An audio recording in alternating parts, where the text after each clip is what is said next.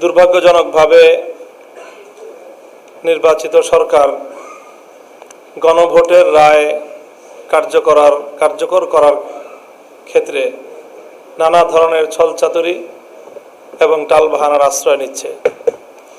এবং সুস্পষ্টতই মানুষের ম্যান্ডেটকে তারা শুধু উপেক্ষা নয়, উপহাস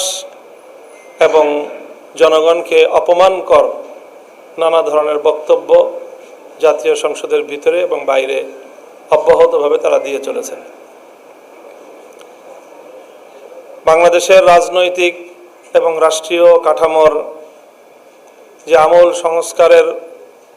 আকাঙ্ক্ষা নিয়ে জুলাই বিপ্লব হয়েছিল, হাজারো মানুষের রক্ত এবং জীবন,